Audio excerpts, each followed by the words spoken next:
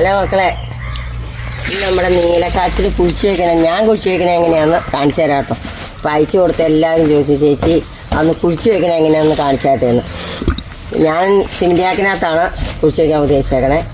സിമിൻറ്റിയാക്ക് മിറ്റടിച്ചും പറമ്പിൽ നിന്നൊക്കെ കരികല വാരി സ്റ്റോക്ക് ചെയ്തിട്ടുണ്ട്. മിറ്റിച്ചാക്ക് മറച്ച് സ്റ്റോക്ക് ചെയ്തിരുന്നു കേട്ടോ.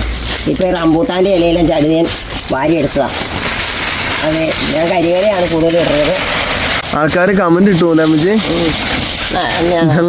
ഞങ്ങൾ ചാക്കിനകത്ത് കൊണ്ടുവന്ന് വെച്ചാന്ന്. അങ്ങനെയൊന്നും അല്ല കേട്ടോ, ഇങ്ങനെയാണ് നട്ടു വെച്ചത്.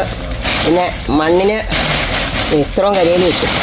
കരിയിലിപ്പോൾ ഇഷ്ടം പോലെ ഉണ്ടല്ലോ, ആരും മിറ്റടിച്ച് വാരുന്ന കരിയിലൊന്നും കളയണ്ട കേട്ടോ. ഇത് നല്ല വളമായിട്ട് അവിടെ പൊടിഞ്ഞായിരുന്നു. നമുക്ക് കുറച്ച് മണ്ണ് മതി. ഇത്ര മതി കേട്ടോ, ഇത്രമായി. ഇതിനകത്തേക്ക് എൻ്റെ ആടിൻ്റെ കാഷ്ടമൊക്കെ ഉണ്ടായിരുന്നു, അതെല്ലാം കോരിയിട്ടു.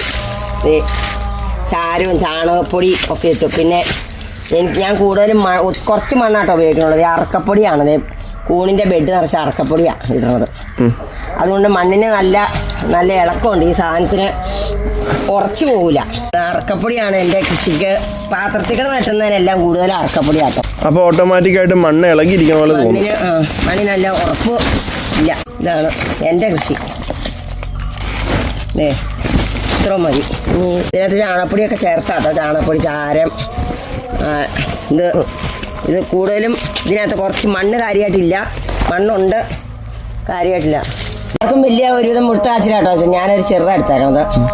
ഞാൻ ഈ കാച്ചിൽ വെക്കാൻ നേരത്തെ ഇങ്ങനെ ഒരു തുളവിടും.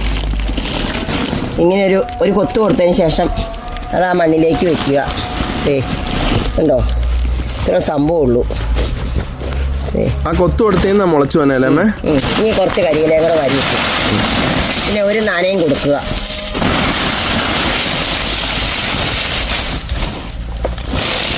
ഇത്ര കേസം ഉള്ളൂ കേട്ടോ. കാച്ചിലിനട്ടു. ഇനി ഒന്ന് നനച്ചു കൊടുക്കണേ. ഇത്ര ഉള്ളൂ കേട്ടോ. ഇത് നമ്മൾ ഇടയ്ക്കിടയ്ക്ക് ഒന്ന് നനച്ചു കൊടുത്തേക്കാം. അപ്പം നല്ല വെയിലല്ലേ, ഇത് പതുക്കെ മുളച്ചെന്നോളൂ. കറക്റ്റ് എത്ര ദിവസം വേണമെന്ന് മറ്റേ പറയാൻ പറ്റില്ല. മുളച്ചു വരുന്ന വരെ നോക്കിയിരിക്കുക. അതല്ല, വിളവാണ് 1 വർഷം കഴിയണം. അടുത്ത വർഷത്തേക്ക് നമുക്ക് പറിക്കാൻ പറ്റും. കഴിഞ്ഞ വർഷം പറിച്ചാൽ ഈ വർഷം നട്ടത് ഈ വർഷം എടുത്തു. ഈ മുറിപ്പാടുള്ള വശം എപ്പോഴും നമ്മൾ മണ്ണിലേക്ക് താത്തി വെക്കണം കേട്ടോ. അപ്പം ഇതാണ് നടുന്നതെങ്കിൽ ഇവിടെ ഒരു കൊത്തു കൊടുക്കുക, ഇത് മണ്ണിലേക്ക് വയ്ക്കുക. കേസമുള്ളൂ.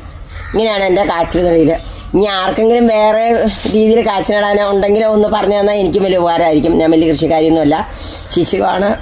ശിശു എന്ന് പറഞ്ഞാൽ കൃഷിയിൽ ശിശുവാണ്. അത്രേ ഉള്ളൂ ഇന്നത്തെ വീഡിയോ. എൻ്റെ മക്കളെ എല്ലാവരും കാണുക, ലൈക്ക് ചെയ്യുക, സബ്സ്ക്രൈബ് ചെയ്യുക. ശരി, ഓക്കേ.